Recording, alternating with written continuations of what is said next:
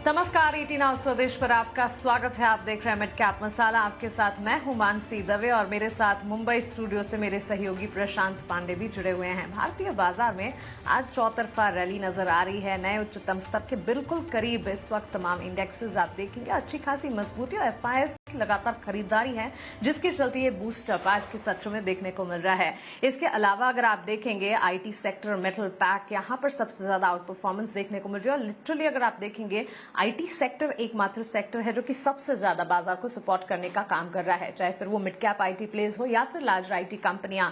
Infosys, Wipro, take Mahindra, persistent करीब 1.5 से 2% तक की मजबूती। पॉइंट वाइज अगर देखेंगे तो मजबूती ज्यादा पाएंगे।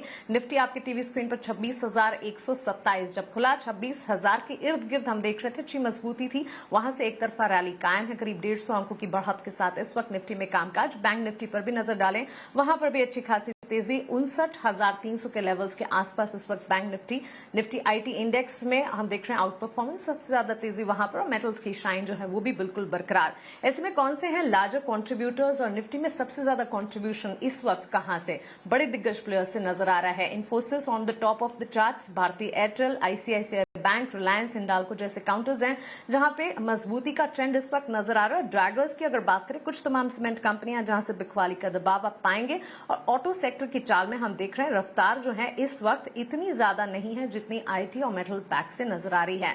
मिड कैप के लार्जर प्लेयर्स या मिड कैप इंडेक्स में कौन से स्टॉक्स हैं जो कि टॉप परफॉर्म कर रहे हैं इस वक्त? आईटी सेक्टर के साथ साथ रेलवे स्टॉक्स पर भी मिड कैप प्लेयर्स में इन पर्टिकुलर नजर रखिएगा जरूर, क्योंकि आरवीएनएल जैसे स्टॉक्स हैं जो कि बढ़िया मजबूती दिखा रहे हैं। इसके अलावा Cochin shipyard, ship building stocks हैं, डिफेंस का खेमा है जिस पर नजर होनी चाहिए। नाल्को, सेल, इरिडा जैसे स्टॉक्स भी हैं जहां पर मजबूती आप पाएंगे। वहीं टॉप लूजिंग कैंडिडेट्स की अगर बात करें तो Swiggy, AU small finance bank, Indus tower जैसे मिड कैप प्लेयर्स है जहां से बिकवाली का दबाव देखने को मिल रहा है। ऑटो गेनर्स इस वक्त आप अपने स्क्रीन पर देख रहे हैं। On the face of it sector specific बाजार की चाल की अगर बात करें, लगभग सारे के सारे सेक्टर्स में मजबूती आप पाएंगे जरूर, जिसमें मेटल, आईटी सबसे आगे हैं, auto, energy, mid select, pharma, real estate, financial services, PSU bank. In this order मजबूती का रुझान हम देख रहे हैं। अच्छा सेटअप है, नए हफ्ते की शुरुआत अच्छी खासी होती नजर आ रही है, और ऐसे में मिड कैप में कमाई के मौके आपके लिए कहां पर होने चाहिए, आपकी स्ट्रैटेजी क्या होनी चाहिए, समझने की अब कोशिश करते हैं। हमारे साथ हमारे market expert Akshay Bhagwat JF financial से जुड़ गए हैं। अक्षय जी, गुड मॉर्निंग, स्वागत है आपका 18 स्वदेश पर। इंडेक्स में हम मजबूती देख रहे हैं, सेक्टर वाइज भी बाजार की चाल आज अच्छी है, आप कैसे रीड कर रहे हैं मार्केट्स को? जी गुड मॉर्निंग मानसी जी, दर्शकों को नमस्कार। तो देखिए, अच्छी खासी रिबाउंड वापस निफ्टी ने 25,700 से करी है, और अगर आप ब्रॉडर मार्केट्स भी देखें तो जो स्टॉक्स काफी ओवरसोल्ड थे उनमें रिबाउंड हम देखने को मिल रहा है। मिड और स्मॉल कैप स्पेस में काफी अच्छी मजबूती इंट्राडे ट्रेडिंग में दिख पा रही है। तो जिस तरीके का ओवरऑल टेक्निकल सेटअप है बाजार का, वापस लग पा रहा है कि निफ्टी दोबारा ऑल टाइम हाई जो करीबन 26,350 के आसपास कुछ दिनों पहले हमने छुआ था, वो रिटेस्ट या ब्रेक करने की कोशिश करेगा। तो कुल मिला के फिलहाल दिसंबर मंथ के लिए एक ओवरऑल व्यू न्यूट्रल रहेगा, रेंज बाउंड रहेगा। जिस रेंज में चलता रहा बाजार उसी रेंज में चलेगा। बट अगर अगले थोड़े शॉर्ट टर्म की मूवमेंट देखी जाए तो मिड और स्मॉल कैप स्पेस वापस उनमें आप तेजी देखने को आपको मिल सकता है। चलिए, तो ये है राय आपको जो है बाजार पर मिलती हुई, लेकिन ये शो है मिड कैप मसाला का, और इस लिहाज से सबसे पहले मिड कैप में कहां धमाकेदार एक्शन है वो आपके सामने लेकर आते हैं। तो आज आप देखेंगे कि 3 धमाकेदार एक्शन जो है वो साफ तौर पर देखने को मिल रहा है। जुपिटर वैगन्स में 11% का उछाल यहां पर हम देख पा रहे हैं। दरअसल प्रमोटर ने 0.55% अतिरिक्त हिस्सेदारी इसमें खरीदी है, जिसका इंपैक्ट जुपिटर वैगन्स में हम देख रहे हैं। जी वर्नोवा अगर हम बात करें तो यहां पर भी 7% तक की तेजी हमें देखने को मिल रही है। AESL प्रोजेक्ट से मल्टी ईयर ऑर्डर मिला है, और जी वर्नोवा इस ट्रिगर की वजह से चलता हुआ नजर आ रहा है। केसी इंटरनेशनल की बात करें तो यहां 6% की तेजी है। कोर्ट ने टेंडरिंग के जो तमाम रुकावटें थी उसको कहीं ना कहीं में शामिल होने को मंजूरी दे दी है। इस वजह से केसी इंटरनेशनल में अच्छी तेजी देखने को मिल रही है। अक्षय, मैं आपके पास आना चाहूंगा। 3 स्टॉक्स की मैंने बात की, जुपिटर वैगन्स, जी वर्नोवा और केईसी इंटरनेशनल। तीनों में किन खबरों की वजह से आज एक्शन है वो हमने आपके सामने साफ तौर पर रख दिया, और तीनों ही अपने न्यूज फ्लो की वजह से नॉर्मल तेजी नहीं, बहुत अच्छी दमदार तेजी दिखा रहे हैं, इसलिए इनकी चर्चा बड़ी आवश्यक हो जा रही है। तो जुपिटर वैगन्स, केईसी इंटरनेशनल और जी वर्नोवा, इन तीनों पर जरा बताइए आपका नजरिया क्या कहता है। जी। तो सबसे पहले जुपिटर वैगन्स जो है, अगर आप देखें तो न्यूज़ के चलते पॉजिटिव ओपनिंग ज़रूर स्टॉक ने रजिस्टर किया, बट कहीं ना कहीं ओपनिंग गेन्स को होल्ड नहीं कर पा रहा है। थोड़ी सी मुनाफा वसूली हम इंट्राडे में देख पा रहे हैं। पर अगर आप इसे एक पोजिशनल व्यू या कम से कम 1 मंथ प्लस की होल्डिंग से रखें तो मेरे हिसाब से चार्ट स्ट्रक्चर बहुत ही स्ट्रांग है।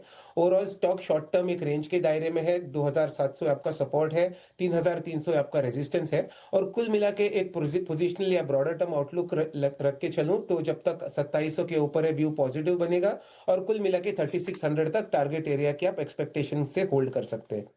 जुपिटर वैगन्स एक बॉटम फिशिंग कैंडिडेट है। अच्छी खासी मोमेंटम हमने 250-260 के बेस एरिया से देखी है। वॉल्यूम पार्टिसिपेशन काफी अच्छी है, तो एक रिस्क रिवॉर्ड पे ऑफ के लिए एक अच्छा बाइंग कैंडिडेट हो सकता है। एक रिकवरी रैली में आप 325 तक जुपिटर वैगन्स में शॉर्ट टर्म में आप इसका अपसाइड टारगेट का एक्सपेक्टेशन रख के बाय कर सकते हैं। चलिए, तो बेहतर राय आपको मिलती हुई तमाम स्टॉक्स पे लगे हाथ। अक्षय, आज आपकी टॉप रिकमेंडेशन क्या होगी, टॉप पिक क्या है, जरा उसके बारे में भी राय दे दें। जी। तो देखिए, दो बाइंग पिक्स है मेरी। दोनों अगर आप देखें तो मोमेंटम बेस्ड काउंटर है। एक है नायका, जो एफएसएन ई कॉमर्स के नाम से उसे जाना जाता है। तो एक अच्छी खासी रिकवरी हमने गए 2 दिन में 240 के सपोर्ट से देखी है, जिसके चलते टारगेट का एक पॉसिबल अनुमान है कि 265 और 270 जल्दी आपको ये स्टॉक में वापस दोबारा ये टारगेट बनते हुए दिखेंगे। तो बाय करें with stop loss of 245 Nykaa. और दूसरा जो है वो एक थोड़ा सा डिफेंसिव या कंजर्वेटिव अप्रोच है, पर करंट मार्केट कंडीशंस में मेरे हिसाब से अक्यूमुलेशन जोन में है। स्टॉक का नाम है आईटीसी। काफी लंबे समय से 400 403 के दायरे में सीमित है, बट मेरा मानना है कि जल्दी आपको एक पॉजिटिव ब्रेकआउट दिखेगा, जिसके चलते 415 और 418 ये दो टारगेट्स आईटीसी छू सकता है। 397 का इस ट्रेड में आपको स्टॉप लॉस बनाना है।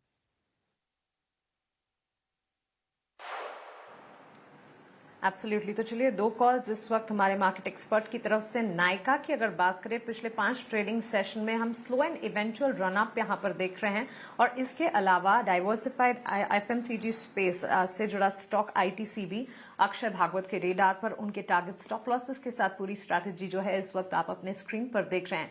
लेकिन इसके अलावा भी मिड कैप स्पेस में जहां पर एक्शन है, उन स्टॉक्स का जिक्र और उस पर आपसे बातचीत करना चाहेंगे। अक्षय, एक तो रेलवे काउंटर्स अच्छी मजबूती देख रहे हैं, और टॉपिंग द चार्ट्स आरवीएनएल का स्टॉक अगर आप देखेंगे वहां पर अच्छा खासा एक्शन, और दिन की शुरुआत से ही एक तरफा तेजी का रुख जो है वो कायम है। इसके अलावा केईआई इंडस्ट्रीज, यूपीएल और सेल जैसे काउंटर्स तो हैं ही, लेकिन आरवीएनएल एंड रेलवे काउंटर्स पर आपका नजरिया क्या होगा? जी। तो सबसे पहले आरवीएनएल की बात करें तो आरवीएनएल का प्राइस स्ट्रक्चर देखें तो मेरे हिसाब से 300 का एक बहुत ही मजबूत सपोर्ट है। चार्ट्स पे मल्टीपल एविडेंस है कि बार-बार इस स्तर से स्टॉक में एक रिकवरी हमने गए 6 से 8 महीने में बार-बार आते हुए देखा है। तो एक सिमिलर पैटर्न रिपीट हो रहा है। वॉल्यूम्स का पार्टिसिपेशन सपोर्ट एरिया में काफ़ी स्ट्रांग है, जिससे अनुमान लगाया जा सकता है कि जल्दी स्टॉक 360 या 375 तक का ऊपरी लेवल छू सकता है। तो इन टारगेट्स के लिए आप आरवीएनएल में बने रह सकते हैं। और बात करें दूसरे रेल स्टॉक्स की, जिनमें आज अच्छी खासी रिकवरी देखने को मिल रही है, तो शायद आईआरसीटीसी भी एक पॉसिबल एक रिकवरी रैली वाला कैंडिडेट हो सकता है। रेल बजट भी आपको जल्दी जनवरी एंड फरवरी में बनता हुआ दिखेगा, जिसके चलते थोड़ी सी एक सेंटिमेंटल पुश भी इन काउंटर्स को मिलेगा। तो आईआरसीटीसी का सपोर्ट 660 का है, और टेक्निकल सेटअप हमें सिग्नल्स दे रहा है कि शायद रिबाउंड रैली में स्टॉक 720 तक छू सकता है।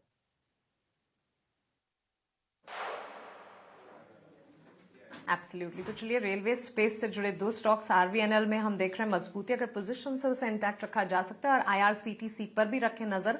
करीब आधे से 1% की तेजी 679 680 के लेवल्स पर इस वक्त फिलहाल वहां पर कामकाज देखने को मिल रहा है। मिड कैप में इसके अलावा जहां तेजी के काउंटर्स में कुछ तमाम मेटल स्पेस से जुड़े स्टॉक्स भी है। ऑफकोर्स मेटल पैक ही पूरा अच्छी खासी मजबूती दिखा रहा है। लार्जर मेटल स्टॉक स्टील्स में शाइन है, और उसी का एक इम्पैक्ट हम देख रहे हैं मिड कैप मेटल स्पेस में भी। लेकिन मिड कैप के गिरने वाले स्टॉक्स की की लिस्ट पर भी एक नजर डालते हैं। और अक्षय, एक तो फूड डिलीवरी स्पेस में स्विगी में आज हम गिरावट का रुझान देख रहे हैं, बिकवाली का दबाव वहां पर है। स्विगी के साथ साथ जहां हम फूड डिलीवरी काउंटर की बात करें, इटर्नल पर भी एक राय आप दीजिएगा। लेकिन इसके अलावा आइडिया, एम्फासिस और इंडस टावर जैसे स्टॉक्स हैं। आईटी सेक्टर में मजबूती है, लेकिन मिड कैप आईटी प्लेज हैं और उसमें इन पर्टिकुलर एम्फासिस परफॉर्म नहीं कर पा रहा है। जी। तो सबसे पहले फूड डिलीवरी काउंटर स्विगी और एटर्नल की अगर बात करें तो स्विगी में देखिए एक टेक्निकली एक अच्छा सपोर्ट बेस बन चुका है जो है 380 का। इंट्राडे या गए ट्रेडिंग सेशन में थोड़ी सी मोमेंटम की कमी है, स्टॉक में हल्की सी आप सेलिंग की दबाव देख पा रहे हैं 410 420 के स्तर पे, बट मेरा मानना है कि ये शॉर्ट टर्म या इंट्राडे तक सीमित रहेगा। ओवरऑल मैं अनुमान कर रहा हूँ कि ये एक्यूमुलेशन फेज है, सपोर्ट बन चुका है, मोमेंटम की कमी है जो कभी भी लौट सकता है, तो होल्ड करके चले क्योंकि स्टॉक में आने वाले दिनों में वापस 440 450 तक का उछाल आप बनते हुए देख सकते हैं। इटर्नल की बात करें तो इटर्नल में एक बॉटम फिशिंग कैंडिडेट है, वापस काफी सेलिंग प्रेशर गए 2 महीने में देखा है, बट कहीं ना कहीं 280 के आसपास सपोर्ट बनने के सिग्नल्स मिल पा रहे हैं। तो फिलहाल तो कोई ट्रेड के रिकमेंडेशंस नहीं है, पर जिनके पास है 270 के स्टॉप लॉस से बने रहे। और अगर लास्टली आप एम्फेसिस की बात करें जिसकी आपने जिक्र की, तो एम्फेसिस आईटी क्षेत्र से एक रेजिस्टेंस जो 2950 है वहां पे बार बार स्टॉक में एक सेलिंग का दबाव बन रहा है, बट मेरे हिसाब से एक टेम्परेरी रेजिस्टेंस है। शॉर्ट टर्म के लिए स्टॉक रेंज के दायरे में रहेगा 2700 और 2950, तब तक आपको होल्ड करके चलना है। थोड़ा सा समय दे, एक मंथ प्लस, मेरे हिसाब से स्टॉक 3200 तक छू सकता है। चलिए, तो समय देंगे तो 3200 के लक्ष्य एम्फेसिस में आने वाले वक्त में नजर आ सकते हैं। वैसे जाहिर सी बात है आज मेटल शेयरों पर भी फोकस करना होगा और आप देख रहे हैं कि खास तौर पे जो सिल्वर की रैली नजर आई है उसकी वजह से बहुत ही ज़बरदस्त यहाँ पर एक्शन देखने को मिल रहा है।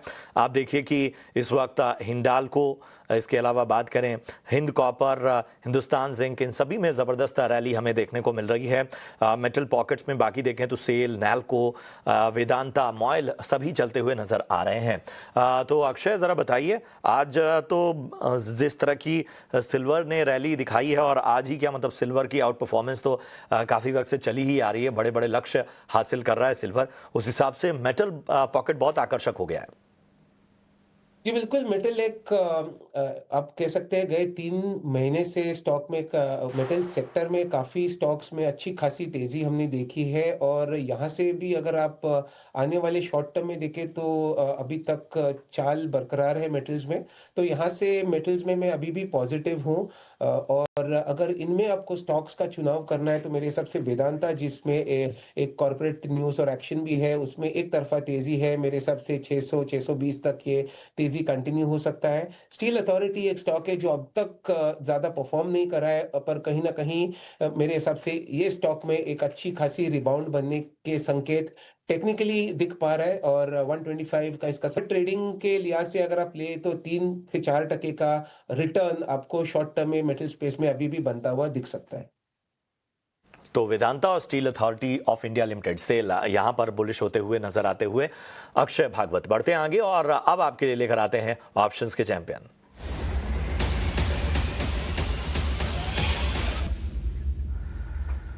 और हमारे साथ इस वक्त जुड़ चुके हैं यस सिक्योरिटीज से लक्ष्मीकांत शुक्ला जी। लक्ष्मीकांत जी गुड मॉर्निंग, प्रशांत बात कर रहा हूं, बताइए फटाफट से आज आपकी टॉप रणनीति खासतौर पे ऑप्शन की दुनिया में। सुप्रभात प्रशांत जी। आज के ऑप्शन की रणनीति में हम भारतीय एयरटेल रेकमेंड करेंगे। डेली के चार्ट्स पर एक फॉलिंग ट्रेंड लाइन का ब्रेकआउट आया हुआ है और एमएससीटी में पॉजिटिव क्रॉसओवर भी दिखाई दे रहा है, तो एक अच्छा स्ट्रेंथ है भारतीय एयरटेल में। तो हमें 2140 का कॉल ऑप्शन बाय करके चलना है, जो कि हमें 17 से 19 रुपये के आसपास मिल जाएगा। इसमें हमारे जो लक्ष्य है वो 38 का है और जो हमारा स्टॉप लॉस है वो हमें मेंटेन रखना है 8 रुपीज का। तो लॉट साइज को देखते हुए जो मैक्सिमम रिस्क दिखाई दे रहा है वो है 4750 का, और अगर टारगेट अचीव होते हैं तो जो मैक्सिमम रिवॉर्ड है वो आता हुआ दिखाई दे रहा है 9500 का। शुक्रिया करेंगे लक्ष्मीकांत जी आपका इस रणनीति के लिए। तो भारतीय एयरटेल यहाँ पर आपको 2140 की कॉल ऑप्शन खरीदनी है 17 से 19 रुपए की प्रीमियम वाली रेंज में। लक्ष्य 38 का, स्टॉप लॉस 8 रुपए का बनाना है। अधिकतम मुनाफा 9,500 का और नुकसान 4,750 तक के नजर आ सकते हैं। फ्यूचर और ऑप्शन ट्रेडिंग जोखिमों से भरी पड़ी है। सेबी का स्टैंडर्ड रिस्क डिस्क्लोजर ये कहता है 90% लोग पैसे गंवाते हैं। सोच समझकर ट्रेडिंग इनिशिएट करें और अपने वित्तीय सलाहकार की मदद जरूर लें। चलिए, इसी के साथ यहां पर मिड कैप मसाला में एक छोटे से ब्रेक के लिए रुकना होगा। ब्रेक के उस पार भी आपको अहम रणनीति बताएंगे, लेकिन रुकेंगे फिलहाल छोटे से ब्रेक के लिए।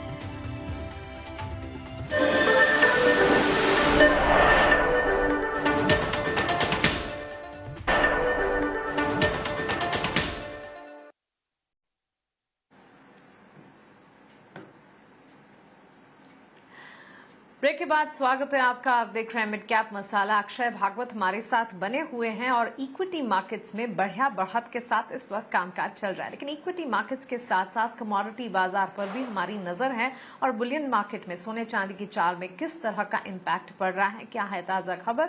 और बुलियन मार्केट में भी चांदी की चाल पर एक डिटेल रिसर्च लेकर हमारे सहयोगी विश्व मोहन अब हमारे साथ जुड़ गए हैं। विश्व मोहन, बताएं क्या है लेटेस्ट सिल्वर का हाल। देखिए, एमसीएक्स पर चांदी आज 2,14,500 के ऊपर का नया हाई चांदी लगा चुकी है। इस साल 2025 में देखें तो करीब 140% की तेजी। 3 महीने में चांदी की चाल करीब 55% की तेजी आ चुकी है और 6 महीने में चांदी के भाव दुगुने हो चुके हैं, यानी 100% का रिटर्न आपको यहां पर चांदी ने दिया है। इतनी बड़ी तेजी के पीछे सबसे बड़ी वजह यह है कि लगातार 5वां साल 2025 था जहां पर मार्केट में डेफिसिट थी। छठा साल होगा 2026 जहां पर मार्केट में डेफिसिट जारी रहने की संभावना है। दुनिया के जितने भी बड़े एक्सचेंज है जहां पे चांदी की ट्रेडिंग होती है, वहां वेयर हाउसेस में चांदी के स्टॉक लगातार कम होते जा रहे हैं। लंदन के मार्केट में चांदी शॉर्टेज की स्थिति साफ दिख रही है और यही वजह है कि चांदी में इतनी बड़ी तेजी है। इसके अलावा जो इंटरेस्ट रेट का जो सिनेरियो है, यूएस फेड की तरफ से ब्याज दरें आगे भी कटौती जारी रहने की संभावनाएं हैं, क्योंकि महंगाई के नंबर और लेबर मार्केट के नंबर जो यूएस के आए हैं वो साफ संकेत दे रहे हैं कि यूएस में ब्याज दरों में कटौती का सिलसिला जारी रह सकता है। जियोपॉलिटिकल रिस्क की बात करें, इससे भी सोने चांदी को सपोर्ट मिलता है। तो यहाँ पर रूस यूक्रेन में वापस से तनाव बढ़ा है। जिस तरह से रूस के टैंकर पर यूक्रेन की तरफ से हमला किया गया है और वेनेजुएला के लगातार टैंकर सीज यूएस की तरफ से किया जा रहा है, तो ये सारे फैक्टर ऐसे हैं जिसका ज्यादा सपोर्ट सोने और चांदी को ही मिल रहा है। तो अभी का माहौल वापस से सोने चांदी में तेजी का बन रहा है और लगातार एक के बाद एक रैली है। और एक अपडेट ये भी है, जो ईटीएफ्स है, गोल्ड की ईटीएफ हो या सिल्वर की ईटीएफ हो, रिकॉर्ड इनफ्लोज दिख रहा है। सिर्फ रिटेल का ही नहीं, इंस्टीट्यूशनल पार्टिसिपेशन है वो भी रिकॉर्ड लेवल पर है। तो एक इस तरह की डिमांड दिख रही है जो सोने और चांदी की कीमतों को लगातार यहां से ड्राइव कर रही है।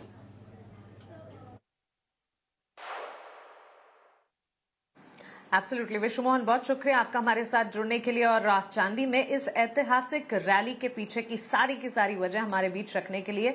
और काफी इंपॉर्टेंट हो जाता है ये, क्योंकि सबसे पहले ईटी नाउ स्वदेश नहीं, चांदी में आज के सत्र में तो हम तेजी देख रहे हैं और यहाँ पर रैली है, लेकिन जब ये रैली की शुरुआत हो रही थी, कैटेगोरिकली ईटी नाउ स्वदेश ने आपके सामने रखा था कि अब यहाँ से कमाई के मौके जो है वो बढ़ते हुए बुलियन मार्केट में और इन पर्टिकुलर चांदी की अगर बात करें, सोने से भी ज्यादा आउट परफॉर्मेंस चांदी में नजर आएगी और इस वक्त हम वो देख भी रहे हैं। और चांदी की जहां हम बात कर रहे हैं, 2025 में चांदी में करीब 140% का उछाल दिखा है। अक्षय, चांदी आपको सिर्फ और सिर्फ कमोडिटी या बुलियन मार्केट ही नहीं, इंडस्ट्रियल मेटल के तौर पर भी हम जानते हैं, बिकॉज इंडस्ट्रीज में भी इतनी ज्यादा यूसेज इसकी। और equity market related participants, Hindustan zinc, Hindustan copper जैसे स्टॉक्स में भी हम देख रहे हैं करीब 3 से 4% की बढ़त के साथ कामकाज। चांदी की इस ऐतिहासिक रैली का रिलेटेड इक्विटी मार्केट पार्टिसिपेंट्स पर किस तरह का असर आप देख रहे हैं अक्षय? जो चांदी में तेजी है, इसका rub off effect clearly metal space में दिख पा रहा है। और स्पेसिफिकली आप यहाँ पे हिंदुस्तान जिंक को देखें तो 605 जहाँ पे करंट मार्केट प्राइस ट्रेड हो रहा है, उस इस स्टॉक ने एक अच्छा खासा पोजिशनल स्तर पे इनवर्स हेड एंड शोल्डर, जो एक बुलिश लॉन्ग टर्म पैटर्न है, इसका ब्रेकआउट 550 के स्तर पे ऑलरेडी बन चुका है, जिसके चलते वापस ऑल टाइम हाई लेवल 750 के करीब हिंदुस्तान जिंक आपके लॉन्ग टर्म में जाने के संकेत हमें मिल पा रहे हैं। तो सबसे बेस्ट जो अगर स्टॉक को आपको इस क्षेत्र में चुनना है पर बाय एंड होल्ड करके आपको चलना है, तो हिंदुस्तान जिंक रहेगा। टेक्निकल सेटअप काफी मजबूत है और 750 एक ब्रॉडर टारगेट जो पोजिशनल या 6 मंथ प्लस टारगेट होगा, उसके लिए आपको इस स्टॉक में बने रहना है। तो ये है राय आपको हिंदुस्तान जिंक में मिलती हुई। वैसे आज वायर एंड केबल सेगमेंट में भी अच्छी तेज़ी देखने को मिल रही है। दरअसल ब्रोकरेजेस की जो रिपोर्ट आई है उस रिपोर्ट में एक तरह का भरोसा जो है वो वायर एंड केबल सेगमेंट में दिखाया गया है और इसकी वजह से आप देखिए मॉर्गन स्टैनली ने केईआई इंडस्ट्रीज़ पॉलीकैब इंडिया में जो है ओवरवेट की रेटिंग रखी है और इन दोनों में ही चाहे हम केईआई इंडस्ट्रीज़ की बात करें पॉलीकैब इंडिया में, इन दोनों में अपने लक्ष्य जो हैं वो आगे बढ़ा दिए हैं। तो अक्षय जरा केबल्स एंड वायर सेगमेंट को अपने रडार पर लाइए, खासतौर पे केईआई इंडस्ट्रीज और पॉलीकैब इंडिया, इन दोनों पर क्या राय बन रही है? जी देखिए, सबसे पहले पॉलीकैब इंडस्ट्रीज में मोमेंटम काफ़ी अच्छा है। पिछले ट्रेडिंग सत्र में ही हमने एक अच्छी खासी इंट्राडे रैली देखी थी और आज वो फॉलो अप रैली कंटिन्यू होते हुए दिख पा रहा है। तो फिलहाल अगर आप शॉर्ट टर्म ट्रेडिंग के टारगेट्स देख रहे हो तो करीबन 17,900 ये एक पॉसिबल अपसाइड टारगेट जोन है। ये एक माइनर रेजिस्टेंस है। ये टारगेट सिर्फ ट्रेडर्स के लिए, बाकी लॉन्ग टर्म में अभी भी बाय एंड होल्ड करके चलना है। दूसरा स्टॉक जो आपने मेंशन किया वो केईआई इंडस्ट्रीज है, जिसमें एक पॉसिबल ब्रेकआउट की ओर जा रहा है। लॉन्ग टर्म ब्रेकआउट का एरिया करीबन 4800 है और शॉर्ट टर्म में एक 4450 का एक ब्रेकआउट जोन है। तो कुल मिला के फिलहाल स्टॉक 4800 तक जाएगा और वहां पे एक क्रूशियल लेवल रहेगा जो डिसाइड करेगा कि लॉन्ग टर्म में कैसे ये प्ले आउट होगा। तो 4800 टारगेट से आपको बने रहना है। केईआई इंडस्ट्रीज में पॉजिटिव आउटलुक है और एक 4200 सपोर्ट जोन है जिसके नीचे आपको स्टॉप लॉस मेंटेन करना है। तो केईआई इंडस्ट्रीज और पॉलीकैब इंडिया, इन दोनों पर आपको रणनीति बता दी गई। स्टॉप लॉस का विशेष रूप से ध्यान रखिए।